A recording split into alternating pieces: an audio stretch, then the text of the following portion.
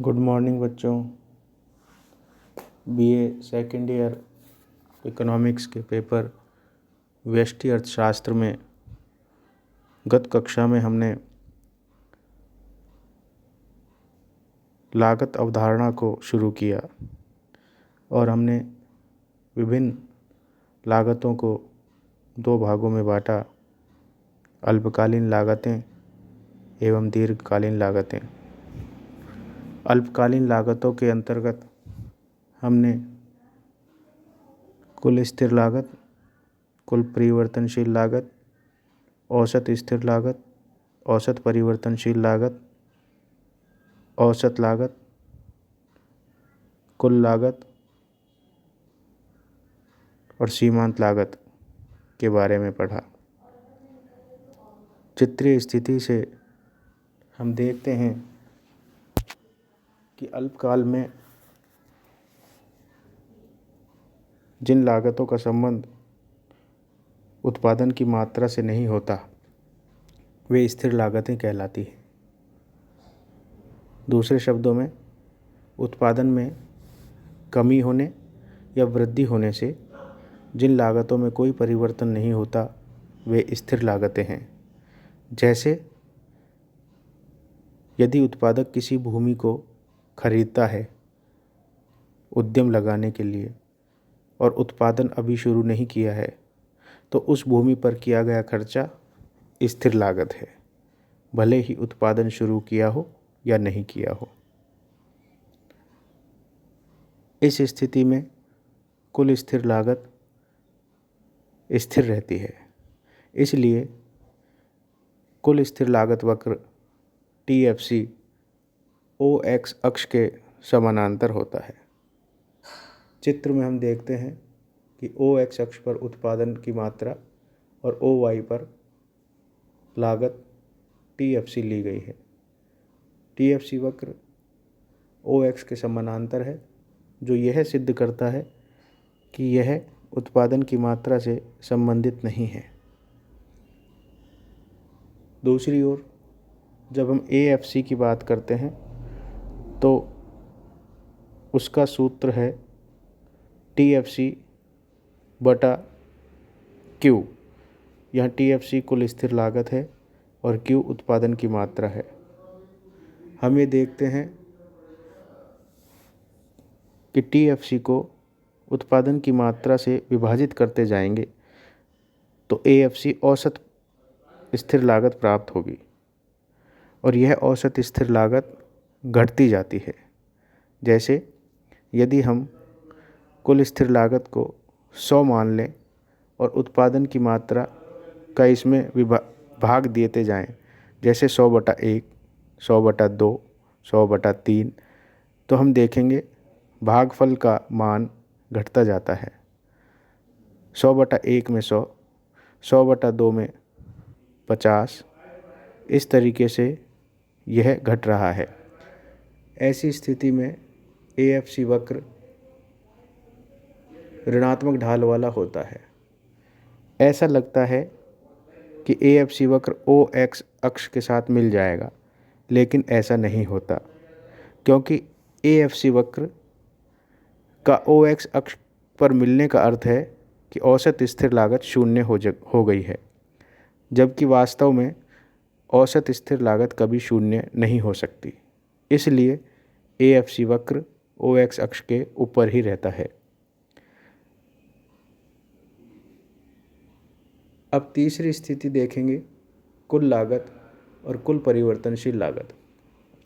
चूँकि कुल लागत और कुल परिवर्तनशील लागत और कुल स्थिर लागत का योग है, अर्थात TC बराबर TFC प्लस TVC। इस स्थिति में यदि हम देखें कि यदि TVC परिवर्तनशील लागत शून्य है तो कुल लागत TFC के बराबर होगी। अतः TC वक्र मूल बिंदु से शुरू नहीं होता, वहाँ से शुरू होता है जहाँ से TFC होती है। जितनी TFC की मात्रा है वहाँ से TC वक्र शुरू होता है। दूसरी ओर कुल परिवर्तनशील साधनों को लगाने पर जो खर्चा होता है वह कुल परिवर्तनशील लागत कहलाता है। यदि हम परिवर्तनशील साधनों जैसे श्रम को उत्पादन कार्य में लगाते हैं तो हमें लागत वहन करनी पड़ती है। अल्पकाल में श्रम की मात्रा को बढ़ाया या घटाया जा सकता है, इसलिए परिवर्तनशील लागत भी कम या अधिक हो सकती है। शून्य परिवर्तनशील साधन की स्थिति पर कुल परिवर्तनशील लागत शून्य होगी और जैसे जैसे परिवर्तनशील साधन श्रम की मात्रा में वृद्धि करते जाएंगे वैसे वैसे कुल परिवर्तनशील लागत भी बढ़ती जाती है। इसीलिए कुल परिवर्तनशील लागत शून्य परिवर्तनशील साधन की स्थिति में मूल बिंदु 0 से शुरू होता है। टीसी वक्र में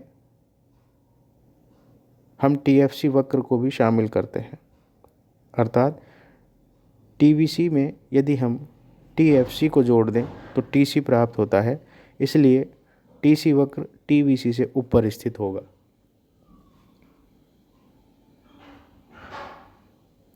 आगे देखें कि हम औसत लागत और औसत परिवर्तनशील लागत किस प्रकार ज्ञात कर सकते हैं। औसत लागत टीसी बटा क्यू यानी कुल लागत को उत्पादन की मात्रा से भाग देने पर प्राप्त कर सकते हैं। इसी प्रकार एवीसी औसत परिवर्तनशील लागत को टीवीसी बटा क्यू से प्राप्त कर सकते हैं। एसी वक्र चित्र में दिखलाया गया है, यह यू आकार का होता है। प्रारंभ में औसत लागत घटती है, फिर उसके बाद औसत लागत न्यूनतम पर आती है और उसके बाद औसत लागत बढ़ती है। इसलिए यह वक्र प्रारंभ में घटता है, फिर न्यूनतम होता है, फिर अधिकतम होता है और इस प्रकार औसत लागत वक्र यू आकार का होता है। यदि हम एवीसी को देखें तो पाएंगे कि यह भी यू आकार का होगा। एवीसी और एसी अर्थात कुल लागत, औसत लागत और औसत परिवर्तनशील लागत, इन दोनों का अंतर औसत स्थिर लागत है। दूसरे शब्दों में हम देखें कि औसत लागत दो लागतों का योग है, औसत स्थिर लागत का एवं औसत परिवर्तनशील लागत का। यदि हमें औसत स्थिर लागत निकालनी है तो एसी माइनस एवीसी करना होगा। इन दोनों वक्रों के बीच की दूरी को हम एएफसी कह सकते हैं। यह बात ध्यान देने योग्य है कि एसी और एवीसी वक्रों का अंतराल अधिक होता है। प्रारंभ में जब औसत लागत और औसत परिवर्तनशील लागत गिर रही होती हैं या घट रही होती हैं, तब औसत लागत और औसत परिवर्तनशील लागत वक्रों के बीच की दूरी अधिक होती है। इनके एसी और एवीसी के और घटने पर एवं न्यूनतम बिंदु आने पर यह अंतराल कम हो जाता है। जब औसत लागत और औसत परिवर्तनशील लागत बढ़ती हैं तब यह अंतराल आगे और भी कम हो जाता है, जो यह बतलाता है कि एएफसी घटती जाती है।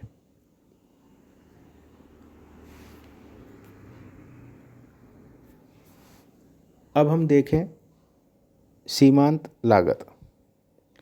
अल्पकालीन सीमांत लागत, इसे हम डेल्टा टीसी बटा डेल्टा क्यू से ज्ञात कर सकते हैं। इसके अंतर्गत हम ये देखते हैं कि उत्पादन के परिवर्तनशील साधन की मात्रा में वृद्धि करने पर कुल लागत में कितना परिवर्तन होता है, वह सीमांत लागत कहलाता है। सीमांत लागत वक्र यू आकार का होता है। इसे हम चित्र में स्पष्ट कर सकते हैं कि OX अक्ष पर उत्पादन और OY पर सीमांत लागत ली गई है। चित्र में हम देखते हैं कि प्रारंभ में सीमांत लागत घटती है, न्यूनतम पर आती है और फिर बढ़ने लगती है। इस प्रकार की प्रवृत्ति वक्र को U आकार देती है। यह अल्पकालीन सीमांत लागत है। अब हम देखेंगे कि औसत लागत और सीमांत लागत में क्या संबंध है। इसे चित्र द्वारा स्पष्ट कर सकते हैं कि OX अक्ष पर उत्पादन की मात्रा एवं OY अक्ष पर औसत लागत और सीमांत लागत दर्शाए गए हैं। चित्र में U आकार का AC वक्र एवं U आकार का SMC वक्र दिया गया है। हम देखते हैं कि इन दोनों में विभिन्न संबंध है। पहला, जब औसत लागत घट रही होती है तो सीमांत लागत भी घट रही होती है। दूसरा संबंध, जब औसत लागत घट रही होती है तो उस समय सीमांत लागत अपने न्यूनतम बिंदु पर आ जाती है। तत्पश्चात AC के घटने की स्थिति में ही सीमांत लागत वक्र ऊपर चढ़ता है, अर्थात सीमांत लागत बढ़ना शुरू कर देती है। तीसरा संबंध है कि जब औसत लागत न्यूनतम बिंदु पर होती है तब सीमांत लागत वक्र औसत लागत वक्र को नीचे से काटता हुआ ऊपर चढ़ता है, अर्थात जब औसत लागत अपने न्यूनतम स्थिति में होती है तो सीमांत लागत बढ़ रही होती है। औसत लागत और सीमांत लागत में चौथा संबंध है कि जब औसत लागत बढ़ रही होती है तो सीमांत लागत भी बढ़ती है। ऐसी स्थिति में औसत लागत एवं सीमांत लागत वक्रों को देखें तो सीमांत लागत वक्र औसत लागत वक्र के ऊपर स्थित होता है, जो इस बात को प्रदर्शित करता है कि औसत लागत के बढ़ने की दर की तुलना में सीमांत लागत के बढ़ने की दर अधिक होती है।